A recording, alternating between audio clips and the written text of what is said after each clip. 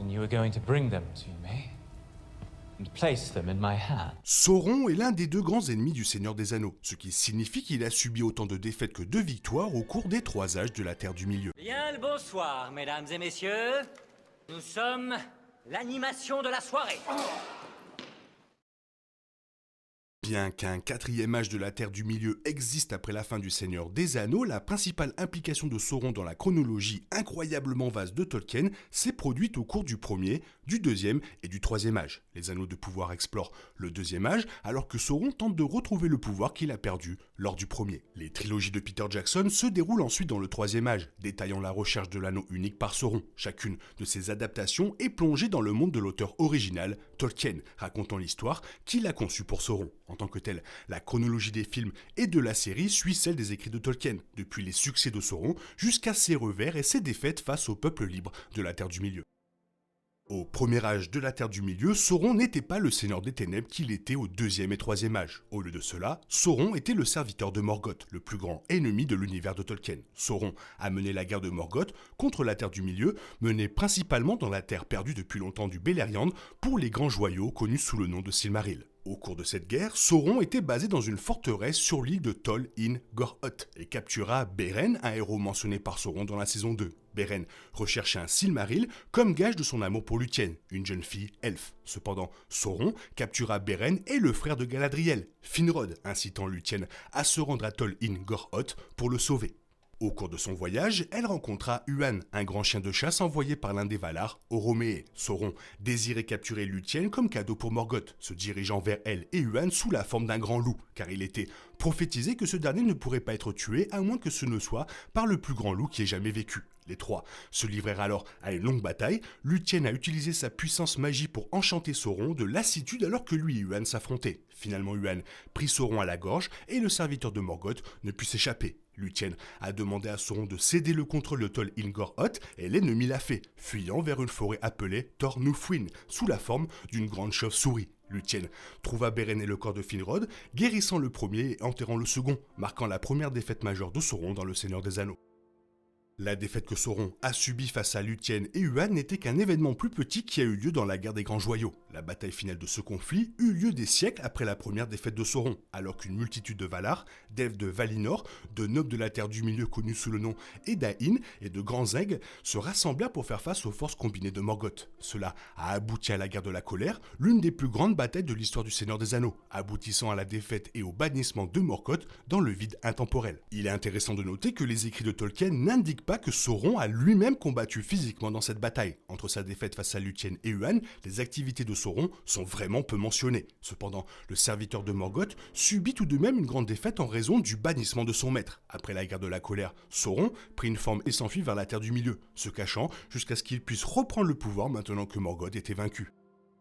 Pendant des milliers d'années après la guerre de la colère, Sauron a travaillé en secret pour retrouver son pouvoir et a formulé un plan pour dominer la Terre du Milieu. Ce plan impliquait les 20 anneaux de pouvoir qu'il a manipulés pour qu'ils soient fabriqués par le forgeron elfe Celebrimbor. Finalement, Sauron a attaqué les elfes de la Terre du Milieu pour réclamer les anneaux lors du siège d'Eregion, décrit dans la chronologie de la saison 2. Cela commence à la guerre des elfes et de Sauron, le Seigneur des Ténèbres réussissant à revendiquer la majeure partie de l'Eriador après la destruction de l'Eregion. À mesure que le pouvoir de Sauron grandissait, les seuls bastions elfes restants étaient la capitale de Lindon et la vallée nouvellement fondée de Foncombe. Sauron envoya ses forces assiéger cette dernière tout en marchant sur la ligne de Lune, une position défensive fluviale qui, si elle était prise, permettrait l'accès vers Lindon. Sauron s'est battu contre les forces décroissantes du haut roi elfe Gil-galad. La victoire du Seigneur des Ténèbres semblait certaine jusqu'à ce qu'une force arrive de Númenor. Cette cohorte renforça non seulement l'armée de Gil-galad, mais attaqua également les troupes de Sauron à l'arrière.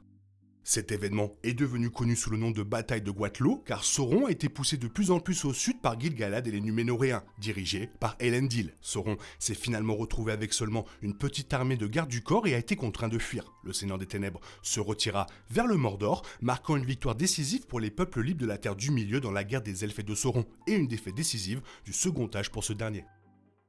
Comme expliqué dans la saison 2 et décrit dans les œuvres de Tolkien, Sauron craignait Númenor plus que tous les autres sur la Terre du Milieu. Poussé par sa défaite à la bataille de Goatlo, Sauron se laissa alors emprisonner par les Núménoréens. De retour dans le royaume insulaire, Sauron utilisa sa maîtrise de la tromperie et de la manipulation pour gagner la confiance d'Ar-Pharazôn, le roi de Númenor. La corruption de Sauron s'est étendue au peuple de Númenor, entraînant la destruction de l'Arbre Blanc et la construction du temple de Melkor, un lieu où les fidèles des Valar étaient sacrifiés. Sauron a continué à manipuler Pharazôn, dont les actions avaient déjà irrité les Valar. Pharazôn était jaloux de la longue vie des elfes et des Valar que Sauron exploitait. Sauron a convaincu Pharazôn d'attaquer Valinor et les Valar et de revendiquer leur longévité pour lui-même et les Núménoréens, provoquant la colère du dieu connu sous le nom d'Eru. Eru intervint et déclencha une grande vague contre Pharazôn et son royaume, entraînant la chute de Númenor. Sauron était dans le temple de Melkor lorsque la vague a emporté Númenor, affaiblissant considérablement son esprit, qui a ensuite retourné vers le Mordor. Alors que Sauron récupérait de ses forces au Mordor, un groupe de fidèles survivants de Númenor, dirigé par Elendil, forma la dernière alliance avec Gil-galad et les aides de la Terre du Milieu. Sauron craignait cette alliance et ordonna une attaque préventive contre le royaume du Gondor, formé par Elendil et ses fils en l'absence de Sauron. Malgré les nombreux conflits qui s'ensuivirent, la dernière alliance atteignit le Mordor et remporta la bataille de Dagorlad. La dernière alliance a pris pied dans le Mordor, leur permettant d'assiéger la sombre tour de Sauron, Barad-dûr. Étonnamment, le siège de Barad-dûr dura 7 ans, compte tenu de la force que Sauron avait accumulée dans sa forteresse. Finalement, Sauron craignit la défaite et prit sa forme physique pour affronter de front les armées de la dernière alliance. Sauron engagea directement Elendil et Gil-galad, ce qui entraîna une bataille acharnée au cours de laquelle les trois furent grièvement blessés. Elendil et Gil-galad, deux personnages principaux du casting des Anneaux de Pouvoir, ont été tués. Non, sans que les piliers de la dernière alliance affaiblissent considérablement Sauron. Isildur prit alors les éclats de l'épée de son père, Narsil, et coupa l'anneau unique du doigt de Sauron. La perte de l'anneau unique par Sauron a considérablement diminué son pouvoir, entraînant la plus grande défaite du Seigneur des Ténèbres depuis la guerre de la colère à la fin du Premier Âge. Pendant des milliers d'années après sa défaite dans la guerre de la Dernière Alliance, Sauron n'a pas pu prendre forme physique et a perdu le contrôle de plusieurs de ses sujets. Vaincu et humilié, on pense que Sauron s'est retiré vers l'Est pour récupérer ses forces.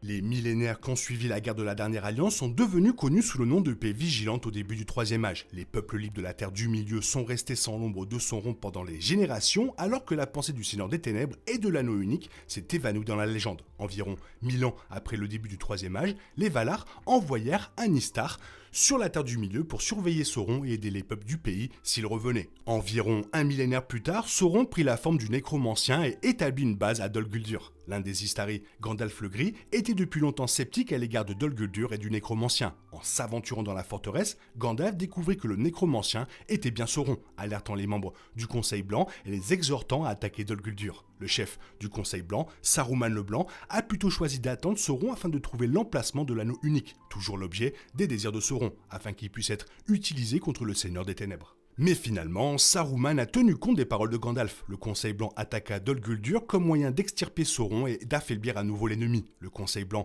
a réussi sa tâche, obligeant Sauron à fuir à nouveau vers l'est de la Terre du Milieu, alors que sa force d'orques et de gobelins était vaincue lors de la bataille des 5 armées.